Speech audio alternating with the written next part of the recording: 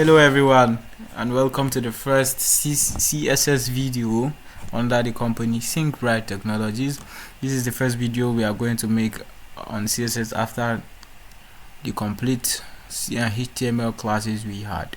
So in this CSS video we are going to cover a lot of things. We are going to understand what CSS is, know how CSS connects to HTML, understand div versus span, and use class and ID properly.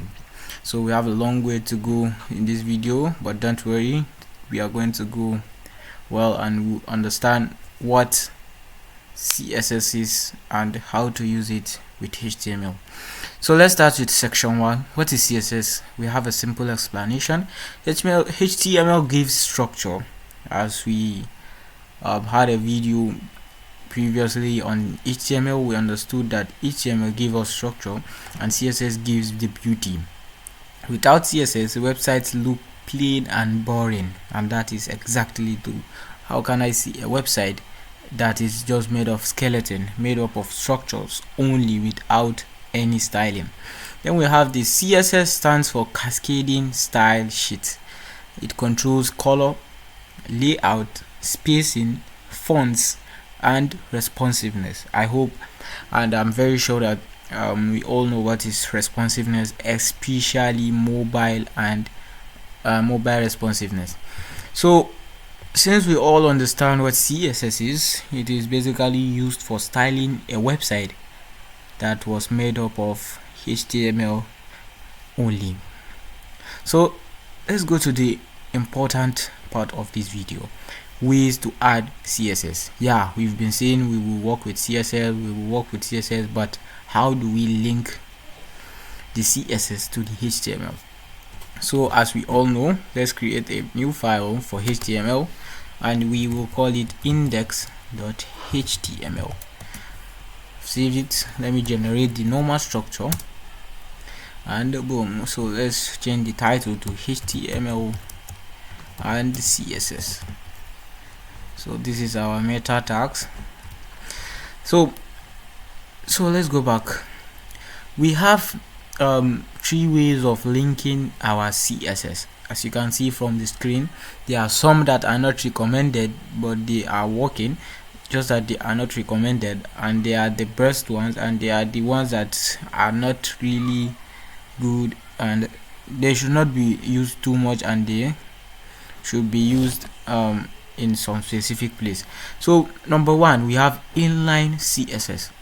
From the name inline, we already understood that we are going to work and write in between the lines. Inline CSS, and as you can see, it is showing not recommended. Because why?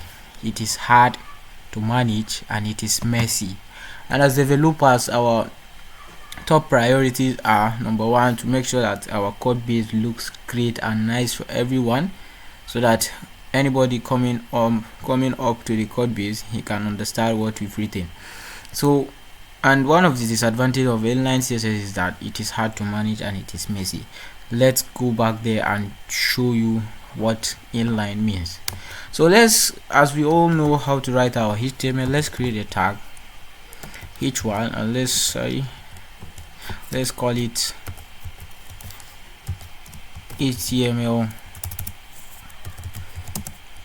CSS.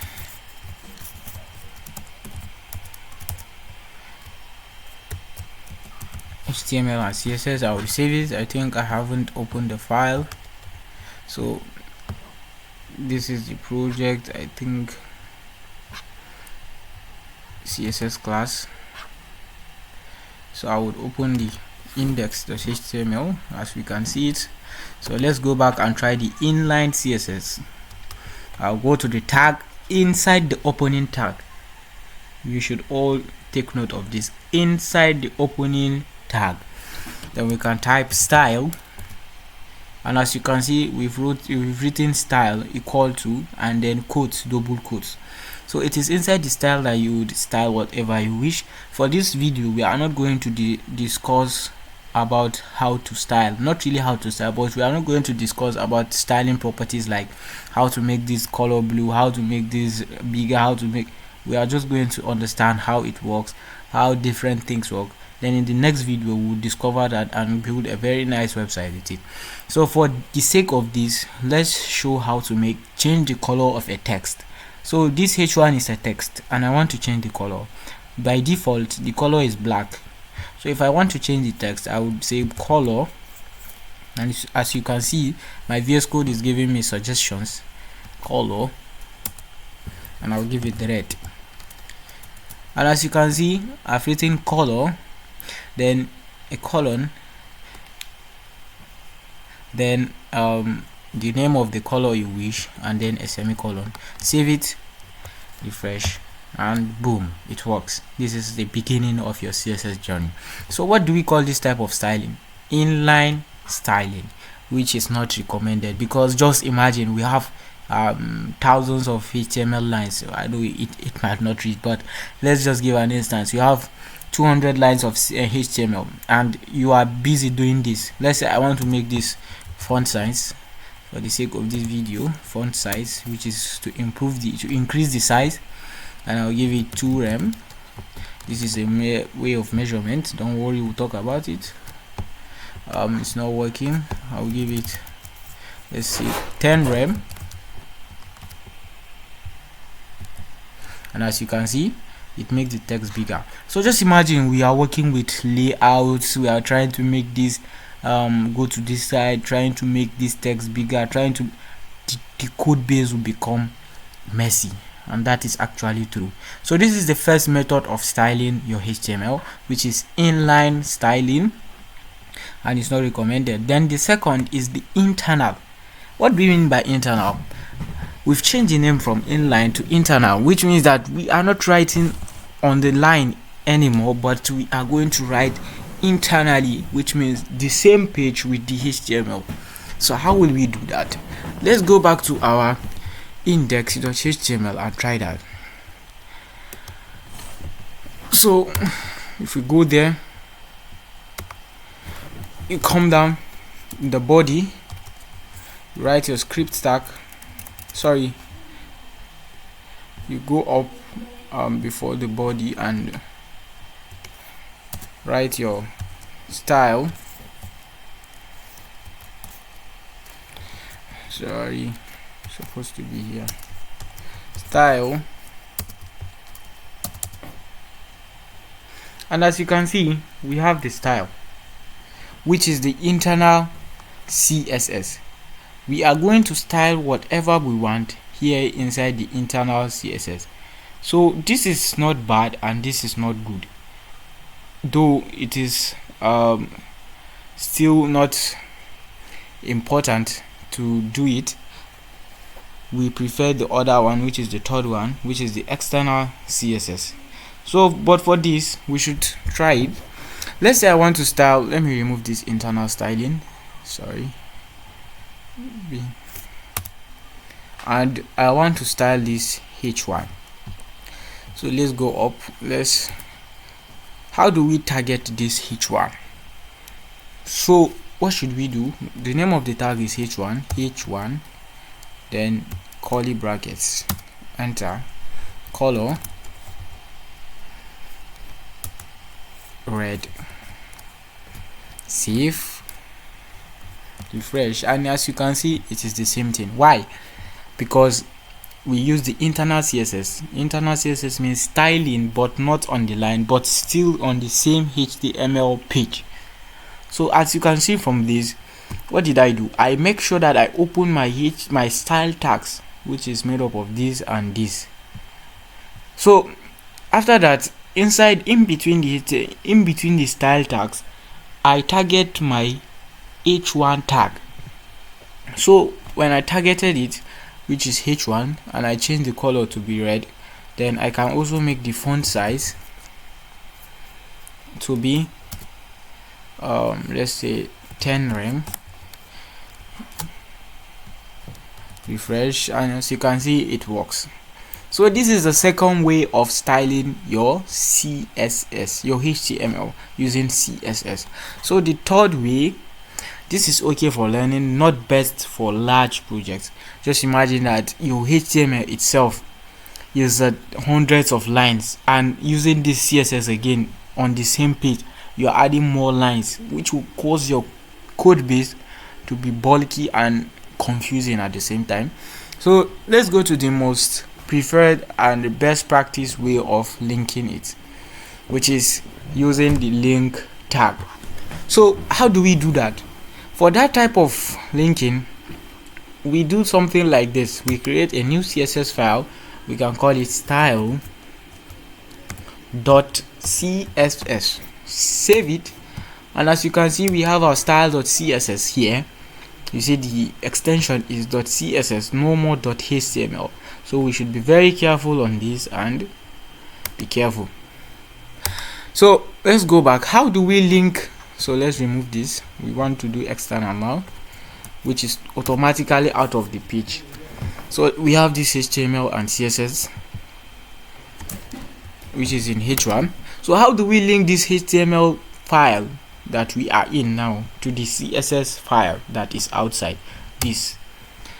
We go back to our HTML. In between the head tag, we do the link tag, which is link. Then let's just copy it directly, which is this.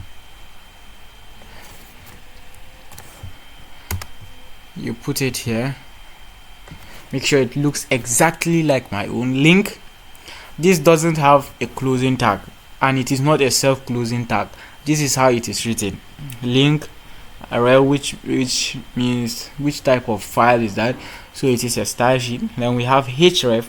If you can remember, when we were discussing about tags, we talked about link tag, not this type of link, actually the link tag, that is a tag. When we talked about href, which is used for the location of that link. So we're not talking about this, but I just used it to explain something. So the href means the specific URL, which means that where is the CSS file located. So my CSS file is located close to the HTML, so nothing like slash or dot, just directly style.css. So it's close to the HTML. So now I've saved this and they are linked. So how will I test this? Let's go back to this, refresh. You see nothing, no style at all. So let me go to my CSS and try something. Let me say h1, that same thing we did, and we say color, let's give it green. Save, refresh, and what did you see? The color has changed. So this is the beauty of CSS. I can manipulate it the way I want. I can make this blue, still save it, refresh, and it works. So we've discussed about the 3 ways of linking our CSS. We've discussed the first one, which is not recommended. The second one is recommended but for small pages, and the third one, which is the best practice, you can use it, is clean, professional, and used in real projects. So let's come to the section 3, which is CSS selectors. I know most of you are confused, so let me try asking you a question, even though I know you can pause the video and think for yourself. What if I want, let's say I have duplicates of this h1, and I refresh. As you can see, they are all blue, and me, I don't want all of them to be blue. I want some to be red, I want some to be black, I want some to be white, I want some to be green, I want some to be pink. How? And you know, automatically in my CSS I did h1, like that means it is generally calling everything that has the tag h1. So you'll be thinking, how? Like, really, how? So that is where this CSS selectors comes in. We have 3 types of selectors also. We have the element selector, which is the normal one we did. You just give the name of the tag or the name of the element. As you can see, this is the name, p tag, as we know what is p tag, or you can give h1 or h2, but it will select everything that has that name. So we have the class selector and we have the ID selector. So don't confuse yourself. These are ways of linking or identifying each element from HTML to CSS. I know it might confuse some people, but just rewatch the video or rewatch this scene and understand it. We have the element selector, the class selector, and the ID selector. And as I said, what if I want some of this to be black, some of this to be red, some of this to be green? How will I do that? Let me go back to my HTML and display how to use the tree. Okay, since we know how to use the element selector, this is what we did. H1 color blue. So let's say we want to create another duplicate, but we don't want it to have that blue color. So what should we do? The first thing to do is give it an ID or a class. An ID or a class. So how do I give them an ID or a class? Shift spacebar, class. I can give it red color. You can give it any name because it's your class or it's your ID. Wait, let me just give you a sample. Red color. So this red color only works for this tag. It only works for this tag. No change it.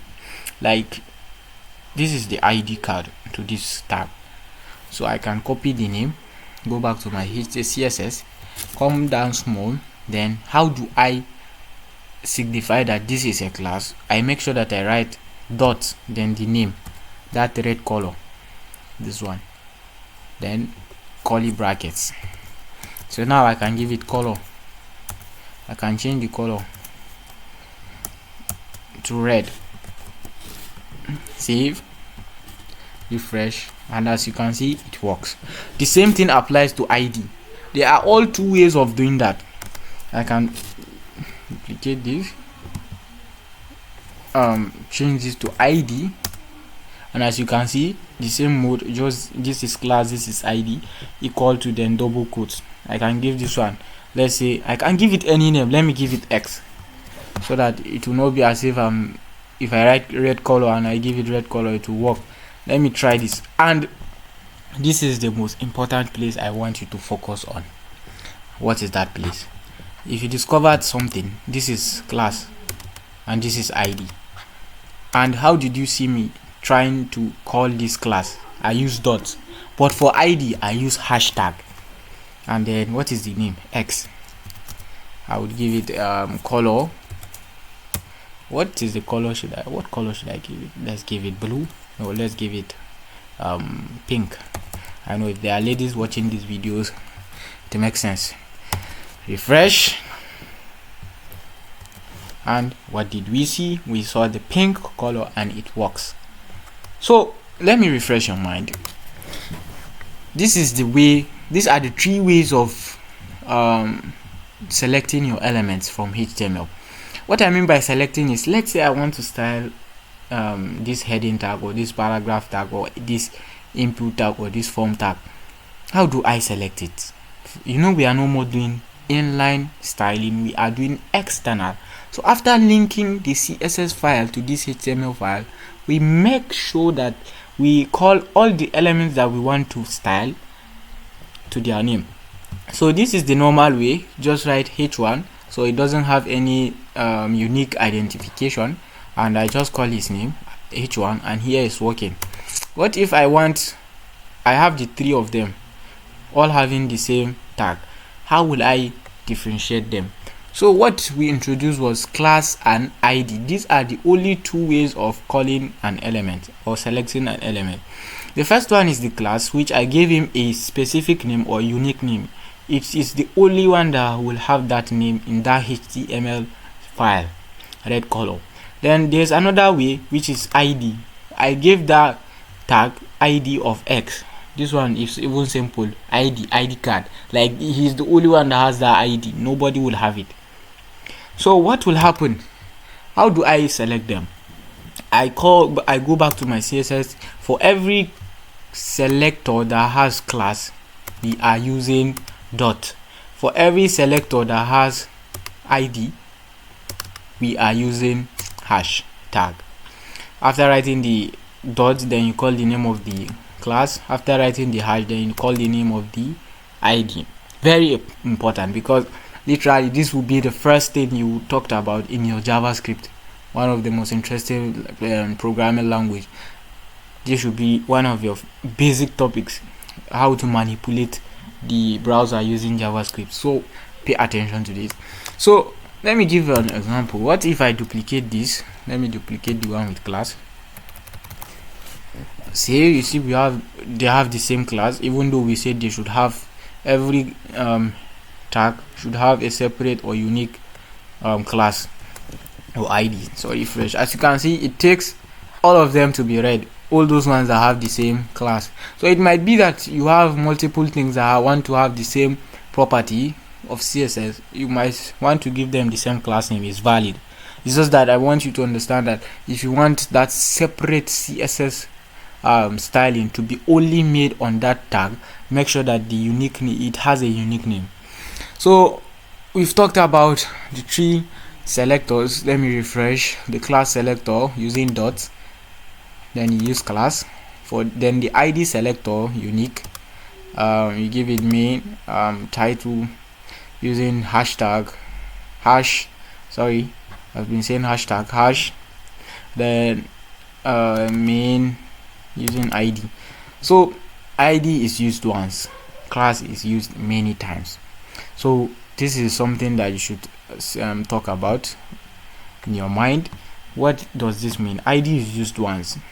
Yeah, what does that mean? If you want to have a specific styling like this H1, I want that H1 to be the only one with that color pink.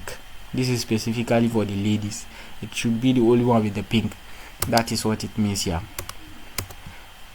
It's used once, but class is used many times. As you can see here, many times I use the one with class many times for my designs.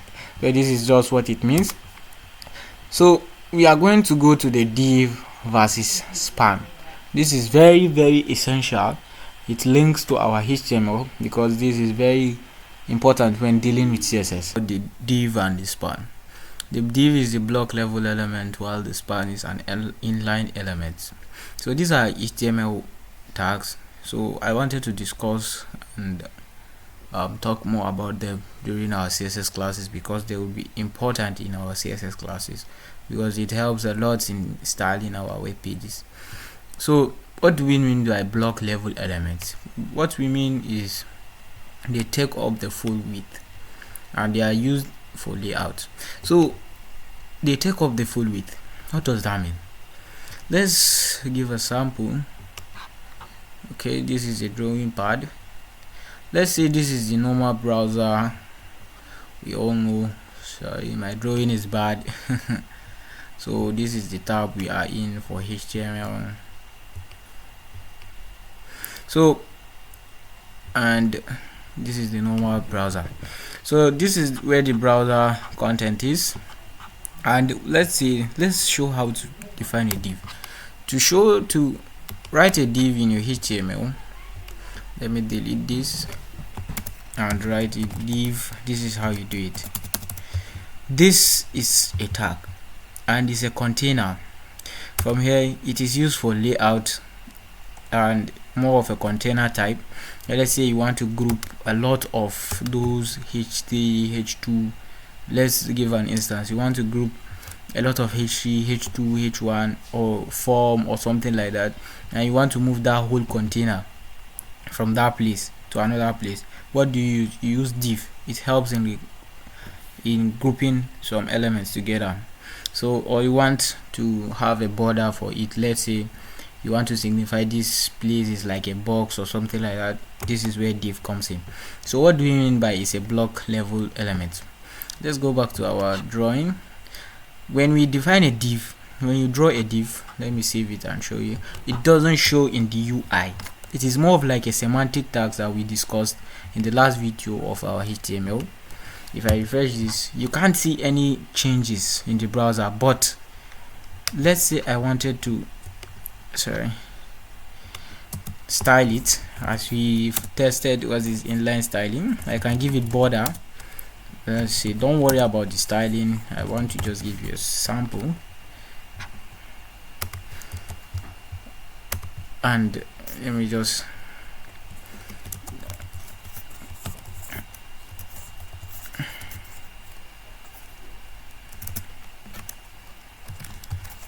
do not worry about the styling. Okay, let me give it 20. What did you see here? This is the border I gave it, and what do you discover? This is like a container, not, let me reduce the size to width to 90% instead of 100%. It is taking the full width of the browser. So refresh. So as you can see, this is the container. Let me give it full border. So let's go with this. It's okay. As you can see, I reduced the width. If not, it was taking the full side.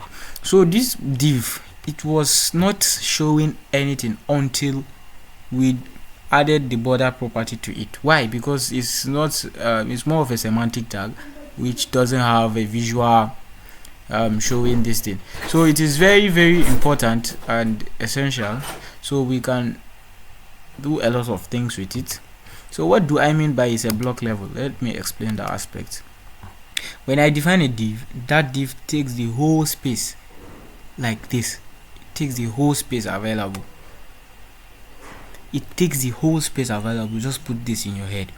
While what I mean by the span element, it is an inline element. It takes only the space needed, and it is used inside text as this. Let me copy this, display it here outside the div, and refresh. As you can see, this is a span, but why? It's not taking the whole space. It's only taking the space that the content has. As you can see, this is the span is inside the p tag. So it is also a very important aspect in HTML. It is very important in styling. Let's say you want to style in a text as this. Now let me give you, sorry, I don't know,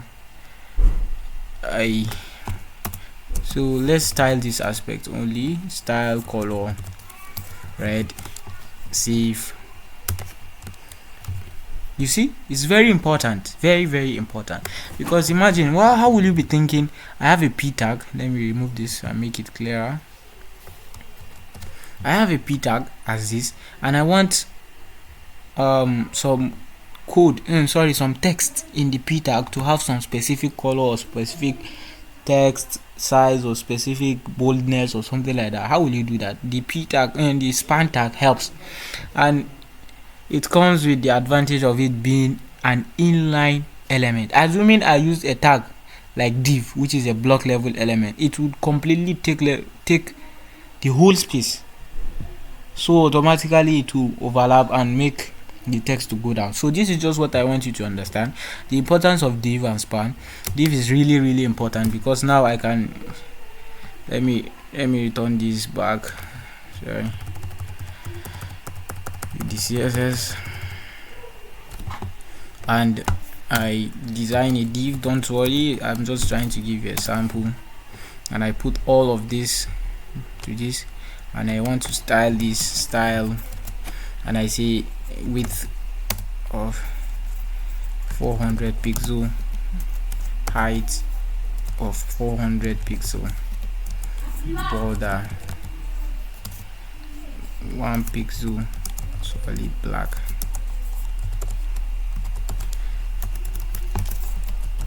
Save, refresh, and what did you see? This is a div, it's a container, and I gave it a width and a height. So now let's say I want to move all of that div. I'll use margin left, which will be, let me use 2rem, and refresh. And very important, so these are the aspects we talked about in our HTML classes. but we expatiate more on them in the CSS, which is more important usage in CSS. So we talked about the goal, understand what CSS is. I hope everybody has understood that, know how CSS connects to HTML, understand div as span, use class and ID property, and we talked about the CSS, the ways to add CSS to your HTML, the selectors, very important, and then the div and the span, the block level and the inline level element. The block level takes the full width that it has. So as I just created a simple div, it takes the full width of the browser because that is 100%. So at first I reduced it to 90% and it was reduced, and now I made it 400 pixel, which is also a mode of measurement in CSS. But don't worry guys, we'll talk more about the CSS properties in the next video. So like, subscribe and hit a comment. Thank you guys for watching.